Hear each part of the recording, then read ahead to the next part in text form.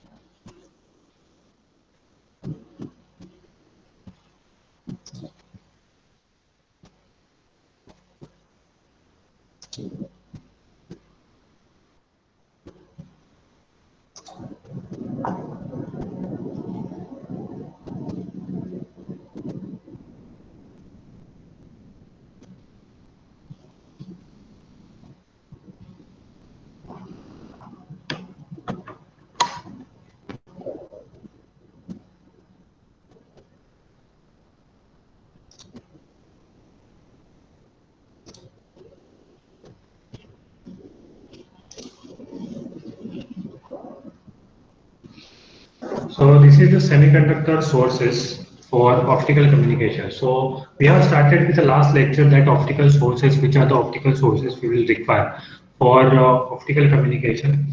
So this lecture will start with a light emitting diode and the LT, that is laser diode. So semiconductor sources for optical communication is the title for this lecture. In the last lecture we have studied about the different energy levels required for to generate the photons. So we will carry on that topic into the next level, and we will see that how the photons will be generated and how they are directed through the proper channel. So consideration with the optical sources, physical dimension to suit the fiber. So for the optical fiber, suppose the optical fiber is very thin. So I think next lecture I will show you that is how optical fiber it looks like.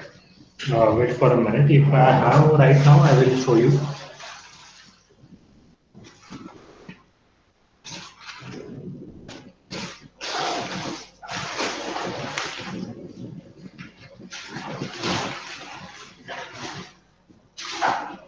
Okay, it is not available with me. Just I will show you in the next lecture that what I want to show you that optical fiber is very thin, and we have to see the physical dimension of the fiber, which will suit it with the optical sources. So that it should be not like optical source is a very big and your optical fiber is very thin. Then it is not feasible to communicate in the both ways. So that is the first criteria. Next is what is the first consideration. Second consideration is a narrow radiation pattern beam width. So why we require a narrow radiation pattern beam width? So can anyone give me the answer that why you require a narrow radiation pattern or beam width? You can give me the answer in the chat box. I'm available into the chat box.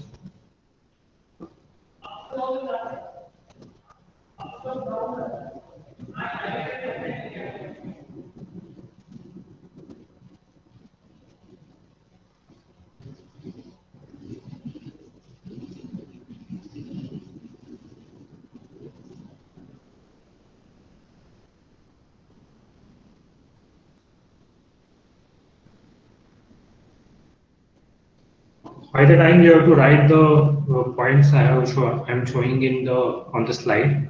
So second point is narrow radiation pattern. So I hope you understand the problem that narrow radiation pattern means it should be that radiation pattern should be narrow so that it will be not overlap on each other, so that data can be not overlap on each other, and that is dispersion loss should be less. So that we have studied in the last topic that dispersion losses. So that dispersion losses can be avoided by using that method.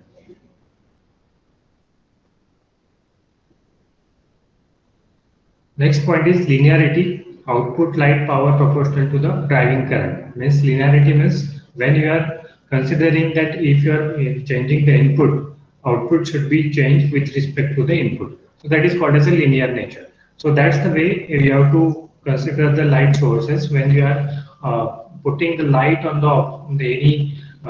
putting the light on the LEDs. It will be give some radiation pattern by that way. So that should be the happen, that it should not be delayed. Suppose the light is in, we are bombarding on the light sources and it will not giving any radiation, then it is giving, there is problem for us. Next consideration is ability to directly monitor by varying driving current. So driving current means how much the capacity of the optical source, that is LED, that can carry the current, that you should understand. Otherwise, it will be having problem to carry the large amount of a current. Then it is that component can be damaged. Next is fast response time, wideband. So wideband means band should be wide so that the communication channel in that, if you are sending the data, very small data, then it is small band is required is very good. But if you are using a wide band and you are sending the data, then it should be a fast response should be happened when you are getting the data, large data at the particular time period. So it is called as a fast response time.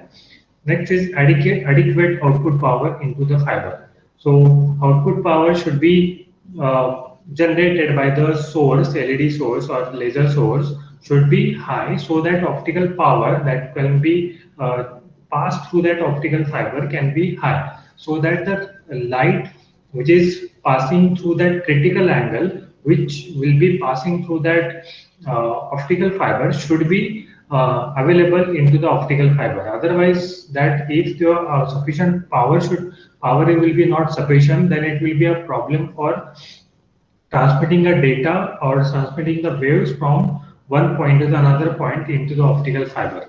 So that will be the major response, the major consideration, that is adequate output power should be required for the optical fiber. Next consideration is narrow spectral width. Also told you that what spectral width should be a very narrow, or it should be the waves which is having that length of the waves should be narrow.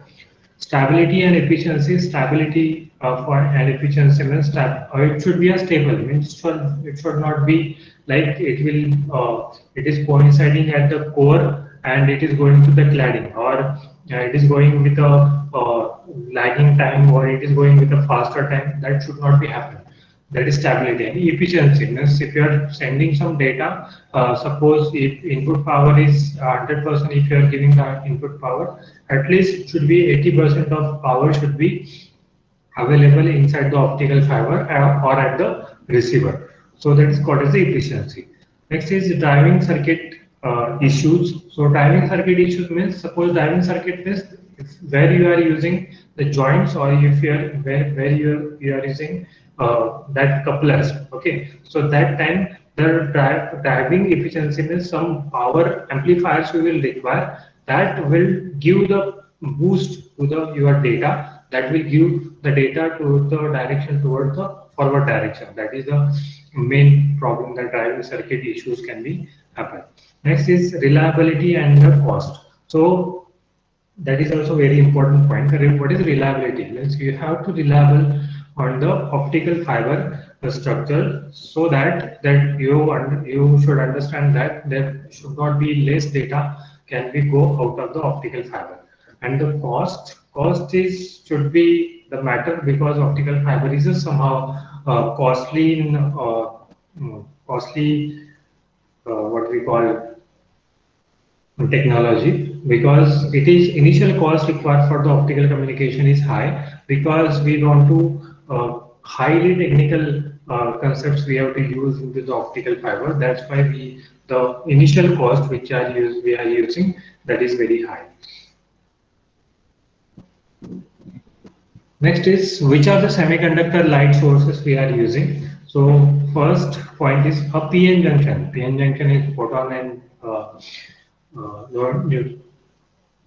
neutron, that consists of direct band gap semiconductor materials, acts as an active or recombination region. So when the PN junction is forward biased, electrons and holes recombine either radiatively emitting photons or non-radiatively emitting heat. This simple LED operation. So what is meaning of that?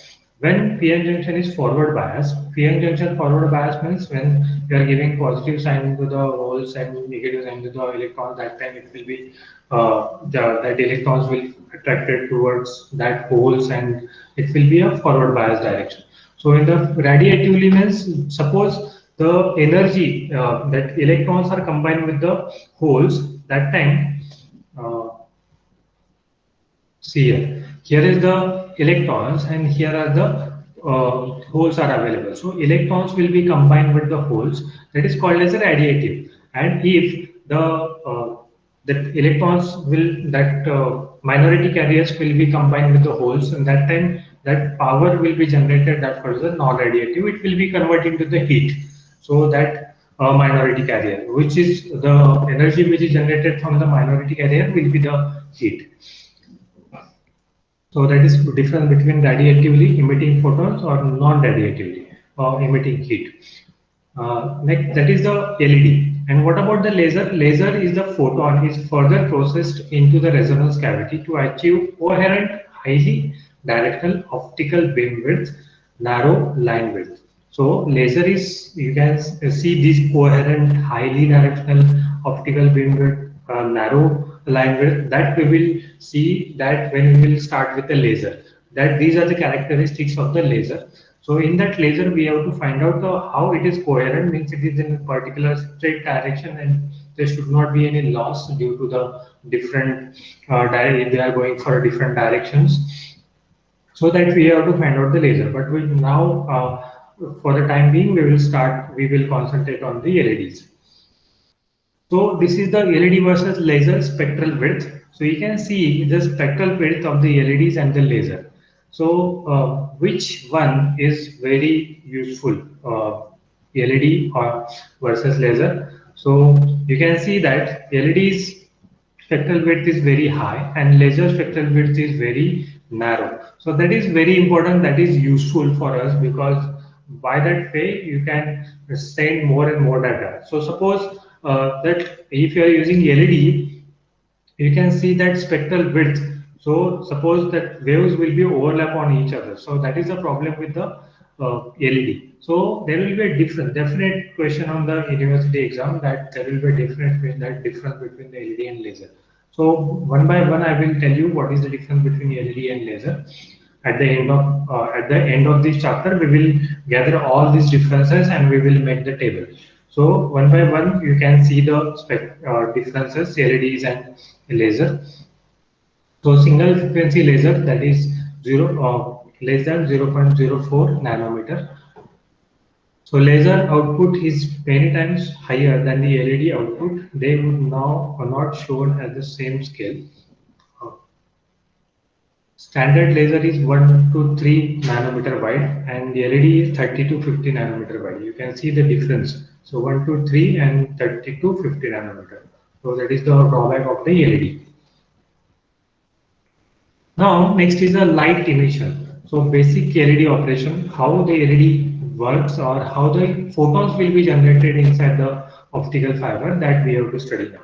So when an electron jumps from the higher energy level, that is conduction band EC, to a lower energy state, that is valence band EV, the difference is energy, that is EC minus EV, is released either. So that is called that energy. Energy is the this is HV. Okay, so H is the Planck's constant. So what is Planck's constant? Planck's constant means how much energy that photons can carry with the electromagnetic waves. That is called as a Planck's constant. So H, suppose that is value, I think 1.64 into 10 raised to minus 34. So you can go through that Planck's constant. HV, am I correct? I don't remember that, but H is in between that 1.64 into 10 raised to minus 34.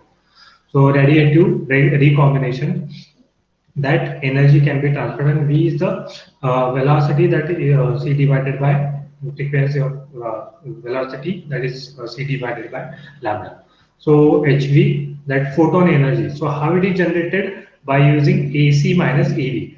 So AC minus EV means, you can see here, I will show you there by the energy bands. So this is the energy band. Here the that in this energy band there will be no any electrons and holes will be available. Here will be a Fermi level will be there, energy band level. There will be energy band gap. So in that the recombination will occur, and in that recombination photon will be generated. This photon will be move on to the direction. How to move that photons, that is the another part of optical sources. That is also next part, how to give the direction to the photons. But right now we have to concentrate on how the photons will be generated. So that higher energy level, that is electrons will be go to the lower energy level, that valence band, and they will recombine, and then when they recombine, that Hv photons will be generated. So electron transition from here to here, then at the higher level it will go on to the recombination process. So energy gap. So I hope you that energy levels, you know that in the physics. If you don't know, just go through that books of the physics, because it is very important part for us in optical fiber communication. Go through that energy levels and recombination electrons for and holes recombination, photon generation. Now this is the 2 core KT part. So now what is it is a K is a Boltzmann constant and T is a temperature. So so so KT part we have to see that this is energy gap. So this is a conduction band, this is valence band, and this is the electron concentration distribution. So how much electrons distribution is available here? Now here you can see the holes concentration and electron concentration are equal.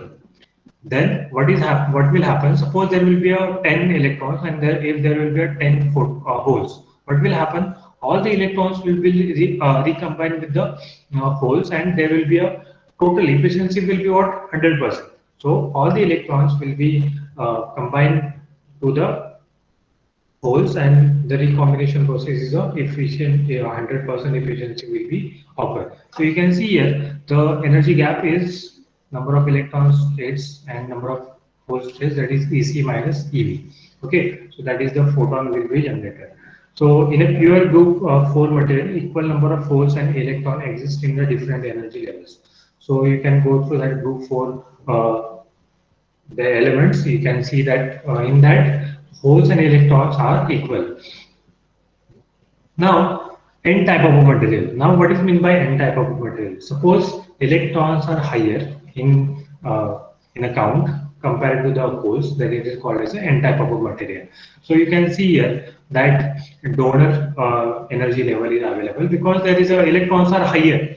Electrons are higher means they will give the more electrons will be remain available here, and holes are less. So after recombination of all the electrons and holes, some electrons will remain. So that is called as a donor quality, that is ED. So this is, you can see here the level of the electrons are the count of the electrons are higher, and count of the holes are less. So this is adding group V impurity will create N type of a material. So group V, you can see that group V materials. In that you can see that there is a it is a donor material. Means there will be electrons are higher as compared to the holes. Now you can see that P type of a material. P type of material means, so suppose there will be a acceptor level. What do you mean by P type of material? Some holes are more in number of as compared to the electrons. So you can see the level of electrons. So electrons are lesser and holes are greater. So it is an acceptor level. So more number of holes are present. So you can accept the whole electrons from the other elements. So adding group 3 impurity will create a P type of material. So if you are adding the group 3 material, then it will be create P type of a material. The light emitting that. So I hope yeah, up till now I have cleared the ideas. So now this is the LED main topic we have started. This the fiber optics. The LED should have the high radiance, light intensity, fast response time, and high quantum efficiency. So these are some characteristics of the LEDs should have.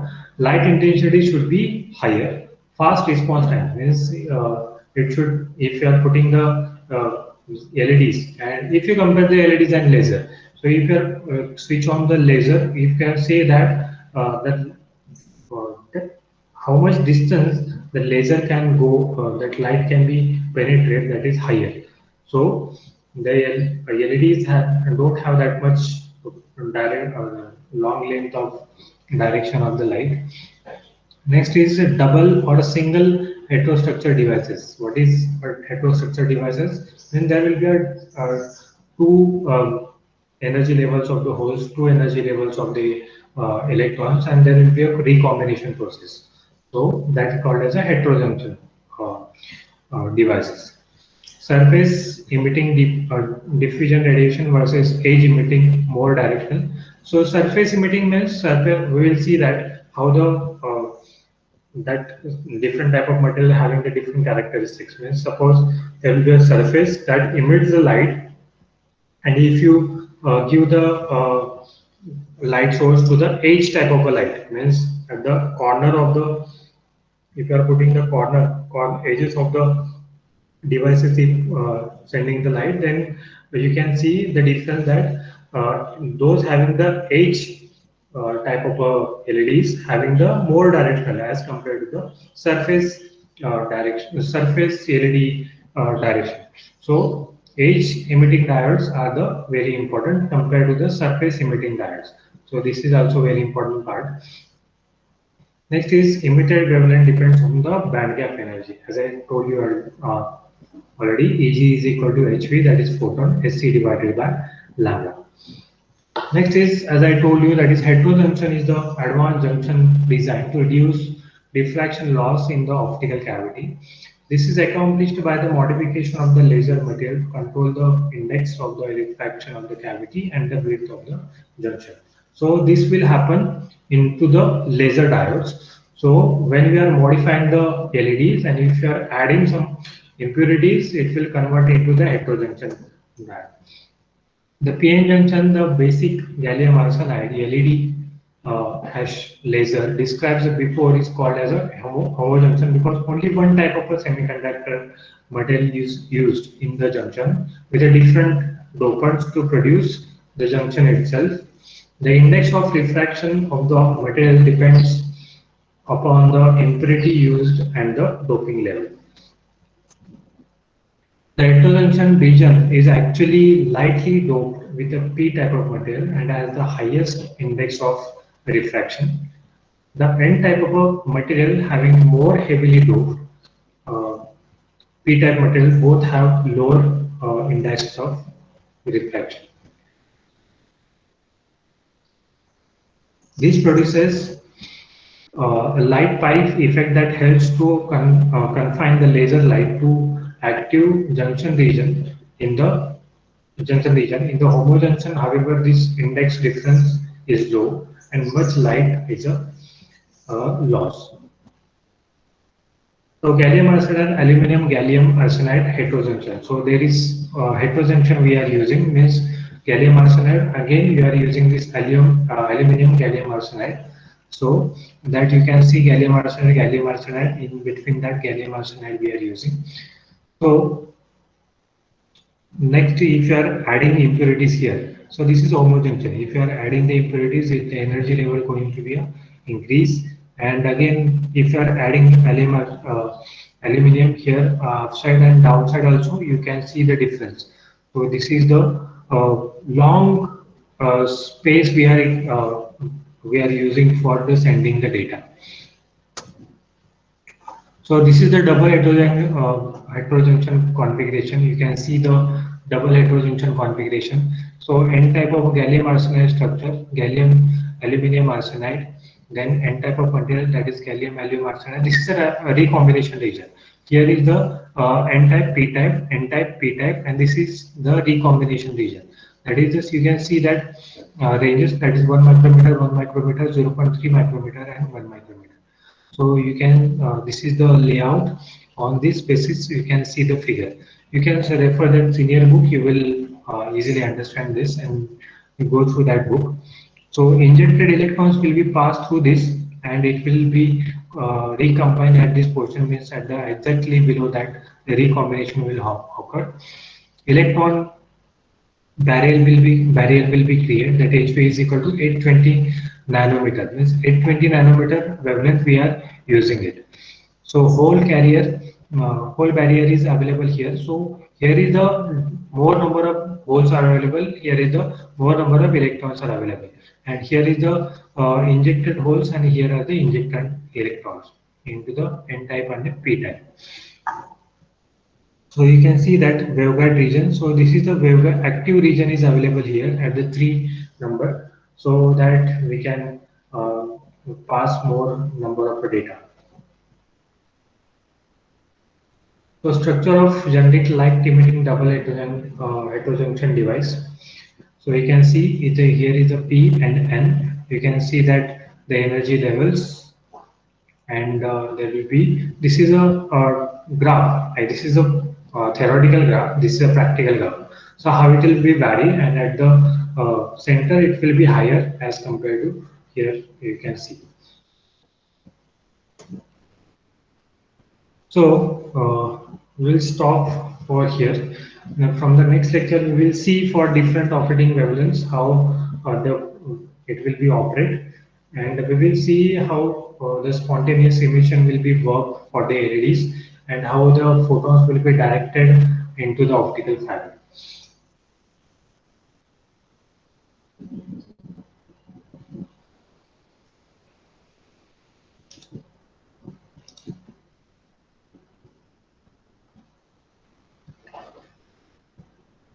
So thank you for the today's lecture. In the next lecture, we will meet.